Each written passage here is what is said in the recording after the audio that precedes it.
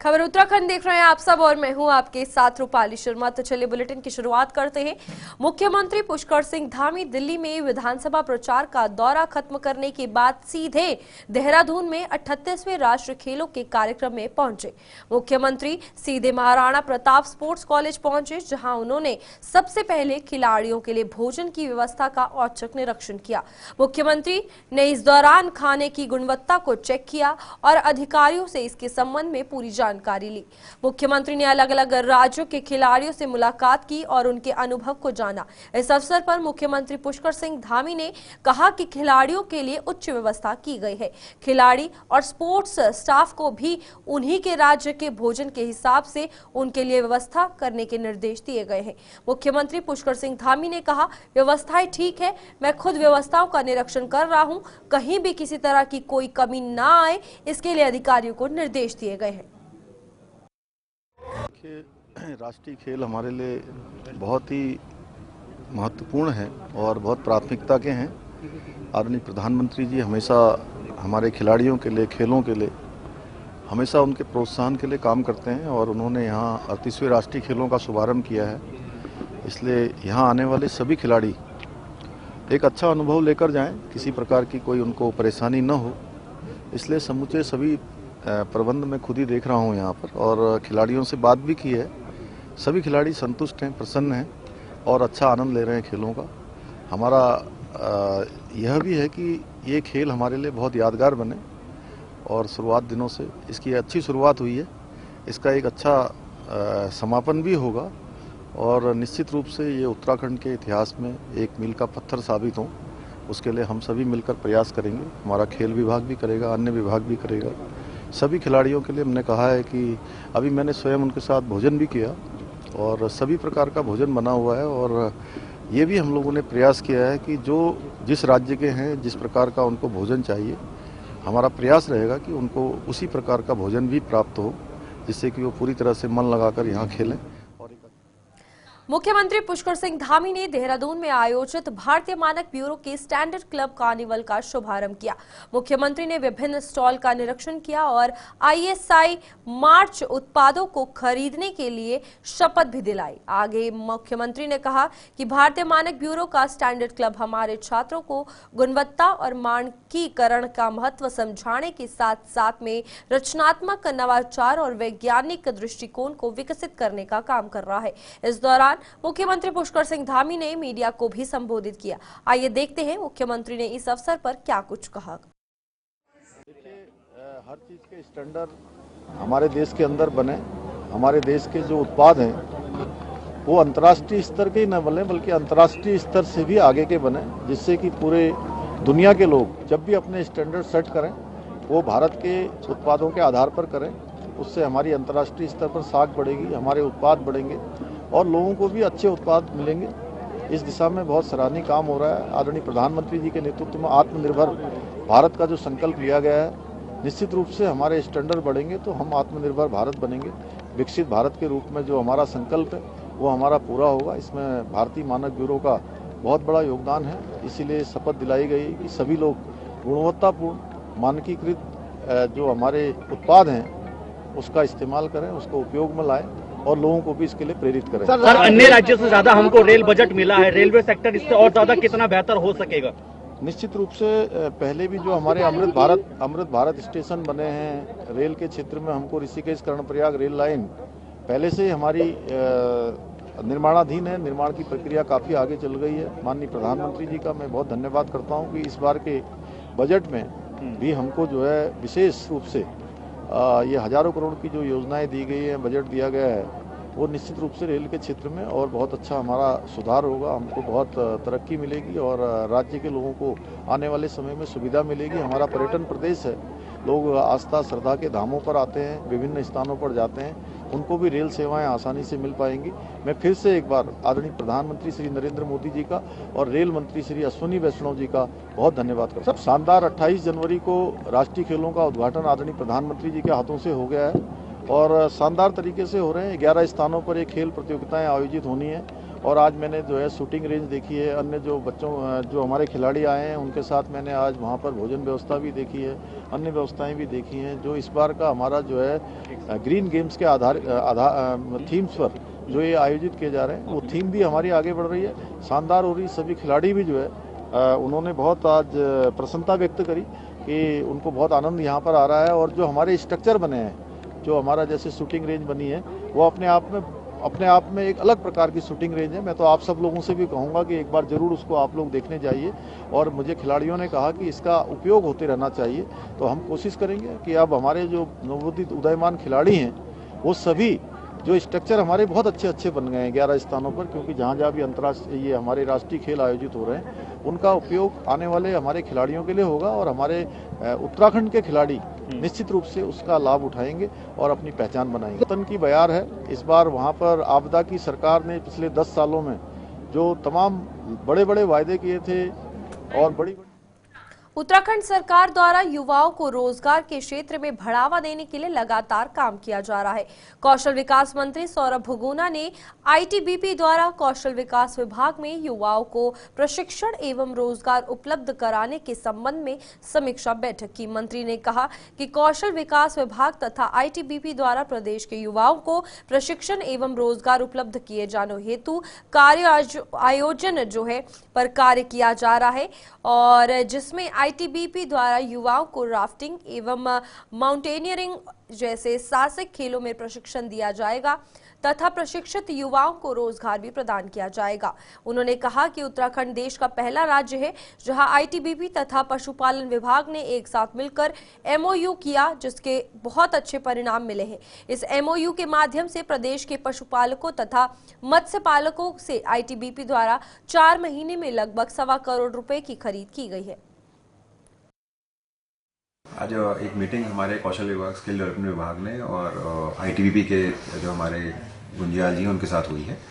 और उसमें आईटीबीपी से हमने रिक्वेस्ट करी थी पिछली बार कि अगर आप स्किल डेवलपमेंट विभाग में भी हमारे साथ मिलकर युवाओं को ट्रेन करने में और उनको रोजगार दिलाने में मदद कर सकते हैं, तो आप कोई प्रोग्राम है तो ऐसा बताइए। तो आज आईटीबीपी से संजय गुंजियाल जी और उनकी टीम ने हमको एक प्रपोजल सौंपा है, जिसमें वो राफ्टिंग और माउंटेनियरिंग में हमारे उत्तराखंड के बच्चों को ट्रेन करना चाहेंगे और उसके बाद उनको जॉब क्रिएशन करेंगे। ये पहली बार पहल होगी कि स्किल डेवलपमेंट विभाग और आईटीबीपी फिर एमओयू साइन करेगा और उसमें 16 बच्चों का एक बैच होगा, जिसका जो भी खर्चा है वो स्किल डेवलपमेंट विभाग देगी। उनको ट्रेनिंग और सर्टिफिकेशन का काम आईटीबीपी करेगी और उनको प्लेसमेंट दिलाने का काम भी आईटीबीपी के माध्यम से किया जाएगा। ये बहुत अच्छी पहल है, क्योंकि इससे हमारे उत्तराखंड के हमारा उत्तराखंड जो है वो एक टूरिज्म क्षेत्र से प्रभावित क्षेत्र है। यहाँ पर राफ्टिंग की, माउंटेनियरिंग की बहुत अपार संभावनाएं हैं और जो हमारे उत्तराखंड के बच्चे हैं उनको आईटीबीपी जैसी संस्था के साथ काम करके ट्रेनिंग करने का मौका मिलेगा और अपना रोजगार उत्पन्न करने का मौका भी मिलेगा। उसी के साथ साथ मैं आईटीबीपी का धन्यवाद भी करता हूँ, मुख्यमंत्री जी का भी धन्यवाद करता हूँ कि पिछले 3 से 4 महीने पहले हमने आईटीबीपी के साथ, पहली स्टेट थी इंडिया की जिसने आईटीबीपी के साथ एनिमल हस्बेंड्री विभाग में भी एक एमओयू साइन किया था। और उसका बहुत अच्छा रिजल्ट देखने को मिल रहा है कि हमारे जो पशुपालक हैं, मत्स्य पालक हैं, 4 महीने में लगभग 1.25 करोड़ की बाइंग आईटीबीपी के माध्यम से कर दी गई है। और इस साल उसकी क्षमता और बढ़ाई जाएगी मार्च के बाद। तो इससे हमारे युवाओं को भी रोजगार उत्पन्न हुआ है, हमारे जो पशुपालक और मत्स्य पालक हैं उनको भी अच्छा प्राइस मिला है। 2 दिन के अंदर उनके अकाउंट में डीपीपी से पेमेंट हुआ है। तो इसी को देखते हुए हमने आईटीबीपी के साथ स्किल डेवलपमेंट विभाग में बच्चों को माउंटेनियरिंग और राफ्टिंग में भी एक एमओयू साइन करने की बात कही है। मुझे उम्मीद है कि बहुत जल्दी एमओयू साइन होगा और हमारे युवाओं को रोजगार भी उत्पन्न होगा और कहीं ना कहीं टूरिज्म क्षेत्र में। विधायक उमेश कुमार और पूर्व विधायक कुंवर प्रणव चैंपियन के बीच चल रहे गैंग वॉर पर अब राजनीतिक प्रतिक्रियाएं भी खुलकर सामने आ रही हैं। उत्तराखंड विधानसभा की स्पीकर रितु खंडूरी ने हरिद्वार की खानपुर विधानसभा के विधायक उमेश कुमार और पूर्व विधायक कुंवर प्रणव सिंह चैंपियन के बीच में चल रही गैंग वॉर पर कहा कि उत्तराखंड की संस्कृति नहीं है, इसकी जितनी निंदा की जाए उतनी कम है। उत्तराखंड के कैबिनेट मंत्री प्रेमचंद अग्रवाल का कहना है कि उत्तराखंड शांत प्रदेश है, यहाँ की इस तरह की तस्वीर नहीं है। और हालांकि प्रेमचंद अग्रवाल कुंवर प्रणव चैंपियन पर कार्रवाई पर बयान देने से बचते नजर आए हैं। प्रेमचंद अग्रवाल का कहना है कि मामला कोर्ट में चल रहा है, ऐसे में कुमार प्रणव चैंपियन पर पार्टी की ओर से जल्दबाजी में कोई निर्णय नहीं दिया गया है। पुलिस और कानून अपना काम कर रहा है। इस मामले पर उत्तराखंड कांग्रेस के वरिष्ठ नेता और पूर्व प्रदेश अध्यक्ष प्रीतम सिंह का कहना है कि इन लोगों को किसका राजनीतिक संरक्षण है, इसकी जांच होनी चाहिए। और यहाँ पर जांच के लिए कहा गया उनके द्वारा। सरकार इन पर कार्रवाई करना ही नहीं चाहती, ये भी उनके द्वारा कहा गया। खुलेआम गोलीबारी हो रही है और दोनों के खिलाफ ठोस कार्रवाई तक नहीं हुई, ये सभी बयान सामने आए हैं। लेकिन मैं बहुत क्लियर हूँ इस बात में, आप मेरा जानते हैं, मैं तो बहुत ही डिसिप्लिन, स्ट्रिक्ट, नैतिक, मॉरली बिलीव करती हूँ कि अगर आप किसी भी पद पर हैं, कोई भी पद आप अगर जिम्मेवारी का पद लेते हैं, चाहे वो मीडिया का पद हो, आप जज हो, आप विधायक हो, आप डॉक्टर हो, आप इंजीनियर हो, if you are heading an institution, आपको अपनी व्यवहार को गरिमा के तहत रखना होगा। आपको जनता देख रही है, ये मुझे कहने की आवश्यकता होनी नहीं चाहिए। ये आपको खुद ये एहसास होना चाहिए कि मैं इतनी जिम्मेदार पोस्ट पर हूँ। अपशब्द आप लोग इस्तेमाल कर रहे हैं जो कि फिर वीडियो पे वायरल हो रहे हैं, ये बहुत दुखद है। It is very very sad. और उत्तराखंड की भूमि पर इस तरह के शब्दावली का इस्तेमाल करना, इसकी मैं घोर निंदा करती हूँ। देखिए, देश में कोई शांत प्रदेश है तो मेरा उत्तराखंड ही है। और अभी आपको एक सवाल के जवाब में मैंने कहा, मेरे उत्तराखंड की संस्कृति इस प्रकार की नहीं है। यहाँ बहुत शांतिप्रिय लोग हैं, इज्जत करने वाले लोग हैं। पूरे देश में एक हमारे लोगों की अलग से एक पहचान है। तभी लोग आकर्षित होके, जहाँ हमारे चार धाम हैं, जहाँ हमारे देवी देवता विराजमान है, जहाँ हम देवभूमि के रूप में जाने जाते हैं, वहीं हमारे लोगों के बारे में अच्छी राय पूरे देश भर में, विश्व भर में। वहाँ इस प्रकार की संस्कृति नहीं पनपनी चाहिए। इस प्रकार की संस्कृति को कोई व्यक्ति स्वीकार करने के लिए तैयार नहीं। लेकिन मैं तभी तो कह रहा हूं कि सरकार के संरक्षण में ये सब कुछ हो रहा है, तो कानून व्यवस्था पूरी तरीके से ध्वस्त है और सरकार जो लोग इस तरीके का कृत्य कर रहे हैं उनको संरक्षण देने का काम कर रही है। दोनों को संरक्षण या एक चैंपियन को? अब ये तो जांच का विषय है, जांच होनी चाहिए और जांच में सब चीज स्पष्ट हो जाएगी। आर्मी ऑफिसर बनकर सेना में भर्ती कराने का झांसा देकर युवकों से ठगी करने वाला शातिर आरोपी प्रमोद कुमार को एसटीएफ ने कोतवाली पटेल नगर क्षेत्र के चंदमणि रोड से गिरफ्तार किया है। फर्जी आर्मी ऑफिसर बनकर इस ठग द्वारा अब तक कई नवयुवकों के साथ कई लाखों रुपए की धोखाधड़ी की है। साथ ही आर्मी में चालक के पद पर भर्ती करने का एक एडमिट कार्ड भी दिया और बाद में फर्जी मेरिट लिस्ट दिखाकर सेक्शन होना बताया गया था, जिस पर जब युवक मिलिट्री हॉस्पिटल देहरादून पहुंचा तो पाया कि वह मेरिट लिस्ट जाली थी। उस मेरिट लिस्ट में प्रमोद कुमार ने एडिट कर उसका नाम डाला था, जिस संबंध में परवेज निवासी पटेल नगर द्वारा थाना पटेल नगर में प्रमोद कुमार उर्फ वासु व अन्य के खिलाफ मुकदमा पंजीकृत करवाया गया है। एक ये व्यक्ति है सहारनपुर का, नकुड़ का, ये अपने को आर्मी अफसर बता के इसने काफ़ी सारे लोगों से पैसे लिए और 3 से 3.5 लाख रुपए लोगों से ले रहा था ये। और इस बात के कि जो आर्मी में कुछ पद निकलते हैं ट्रेडमेंट के, तो उसमें कि ये भर्ती करवा देगा। इसने एडमिट कार्ड भी दिए कुछ लोगों को फेक, और इसने फेक आर्मी का अपना आई कार्ड भी बना रखा है, यूनिफॉर्म भी पहनता था ये। और उसमें जो कंप्लेनेंट है उसको ये मिलिट्री हॉस्पिटल में मिला भी था यूनिफॉर्म पहनकर। तो इस संबंध में सूचना आई थी, इसको थोड़ा डेवलप किया गया। कल इसको अरेस्ट करके पटेल नगर थाने में मुकदमा लिखा गया है और जुडिशियल कस्टडी में इसको भेजा गया है। अभी 3 लोग हमारे सामने आए थे। इससे जो डिटेल्ड जो इंटरोगेशन रिपोर्ट है उसमें कुछ और नाम आया, तो उनसे बातचीत करके और डिटेल निकलेगी, फिर आपसे शेयर कर लेंगे। सर, ये अकेले थे या साथ में कोई और भी था? अभी इसका अकेले का आया है, मतलब जैसे कि मैंने आपको बताया कि फेक आईडी कार्ड बना रखा है, फेक यूनिफॉर्म है, इवन इसने अपने घर के बाहर नेम प्लेट भी लगा रखी है आर्मी ऑफिसर की। तो अभी तो फिलहाल ये अकेला ये ऑपरेट कर रहा है, ये प्रकाश में आया है। लेकिन अगेन डिटेल पूछताछ में अगर और नाम आएंगे प्रकाश। जिलाधिकारी डॉक्टर आशीष चौहान ने जिला कार्यालय सभागार में बैठक ली। उन्होंने स्टार्टअप को सुगम वातावरण प्रदान करने के लिए एक समिति का गठन करने, बैठक में प्रस्तुत प्रतिपूर्ति दावों को लेकर महाप्रबंधक उद्योग को निर्देश दिए कि जिन उद्योगों द्वारा दावे प्रस्तुत किए गए हैं उनका प्रोडक्शन मैन्युफैक्चरिंग संबंधी आंकड़े 1 सप्ताह के भीतर प्रस्तुत करना सुनिश्चित करें। आयोजित उद्योग मित्र की बैठक में आपको बता दें, उद्योग विभाग द्वारा 6 करोड़ 62 लाख ₹49,670 रुपए की धनराशि के 143 प्रतिपूर्ति दावे प्रस्तुत किए गए, जिसमें 1,24,24,929 रुपए के 86 ब्याज प्रतिपूर्ति दावे, 4,52,88,341 रुपए की धनराशि के 52 विद्युत प्रतिपूर्ति दावे व 23,36,400 रुपए की धनराशि के 5 दावे राज्य परिवहन उपादान के लिए शामिल है। जिलाधिकारी ने विद्युत व ब्याज प्रतिपूर्ति दावों को लेकर महाप्रबंधक उद्योग को निर्देश दिए हैं कि प्रस्तुत दावों के सापेक्ष उत्पादन या मैन्युफैक्चरिंग संबंधी आंकड़े 1 सप्ताह के भीतर प्रस्तुत करना सुनिश्चित करें। पूर्व बैठकों में दिए गए दिशा निर्देशों का पालन नहीं करने पर जिलाधिकारी द्वारा उद्योग विभाग की कार्यशैली के प्रति नाराजगी भी व्यक्त की गई। उद्योग मित्र की आज की जो बैठक है उसमें एक कमेटी हम लोग बना रहे हैं, जिसमें हम स्टार्टअप्स को के लिए एक अच्छा इकोसिस्टम जो बनाया जाना है, तो उस क्रम में शासन के निर्देशों के अनुपालन में हम लोग एक कमेटी भी बना रहे हैं। प्लस सिडकुल से रिलेटेड मल्टीपल इश्यूज थे, उन पे भी डायरेक्शंस दिए गए और उसके साथ में 143 जो हमारे उद्यमी हैं उनको लगभग 6,62 लाख रुपए की जो सब्सिडी दी जानी, उसमें मेरे द्वारा GMDIC से कहा गया है कि जो डिटेल्स है उनकी अभी तक की प्रोडक्शन की और इलेक्ट्रिसिटी कंजम्पशन और उससे रिलेटेड बहुत डिटेल्स मांगी गई है। जल्दी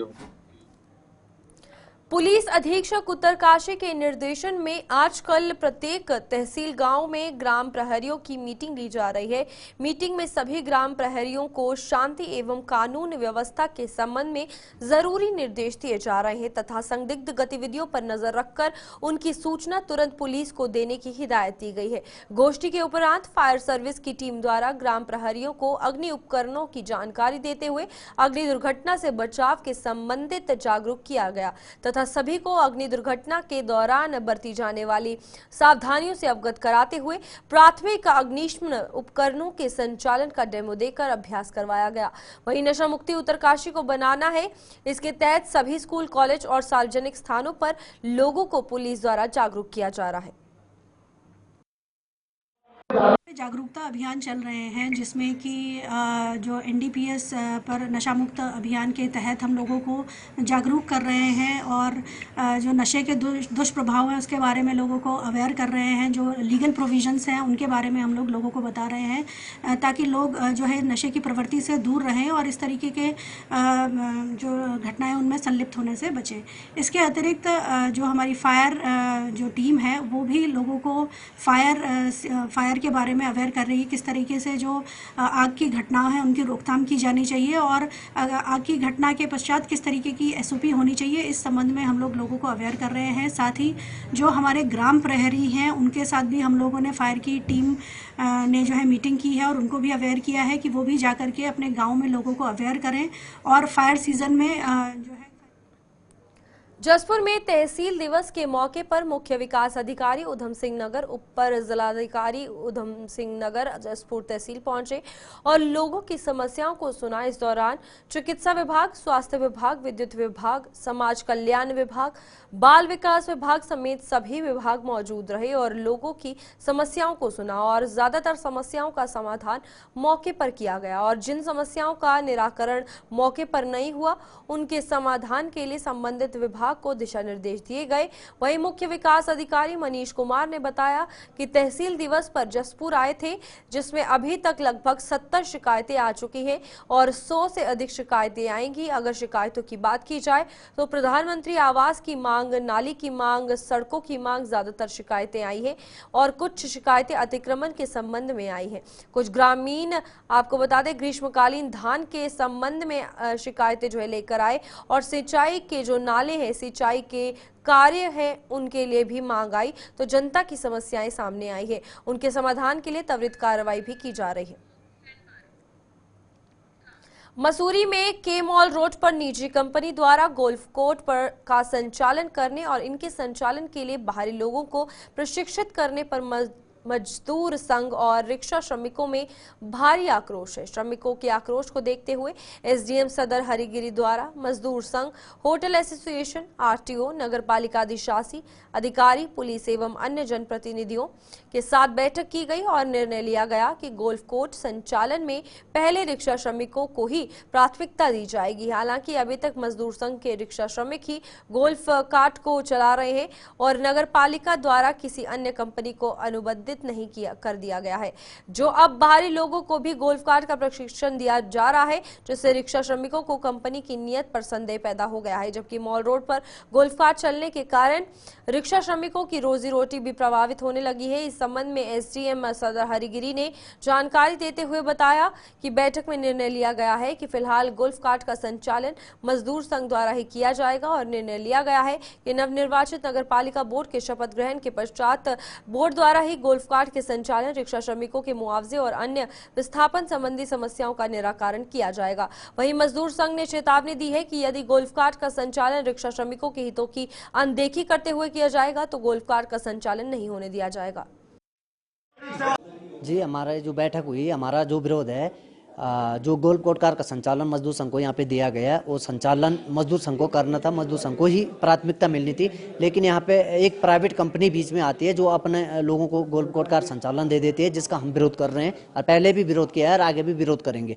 अभी हमारी कोई पत्रावली नहीं बनी है। हमने तो मांगा है 121 रिक्शा लोगों को, रिक्शा श्रमिकों के लिए रोजगार मांगा है, प्रत्येक आदमी को रोजगार दिया जाए। हमारे पास 60 ओवर के जितने लोग हैं उनको मुआवजा दिया जाए। जो 12 विधवा महिलाएं, आश्रित महिलाएं हैं, उनको बेंडर जोन में दुकान दी जाए। बाकी जितने रिक्शा श्रमिक बचते हैं उनको गोल्फ कोर्ट कार या महिंद्रा का मेरा जो सबसे बढ़िया विकल्प है, महिंद्रा का ई रिक्शा है, वो चलाया जाए, जिससे यहाँ पे माल रोड की ट्रैफिक व्यवस्था भी बनी रहे।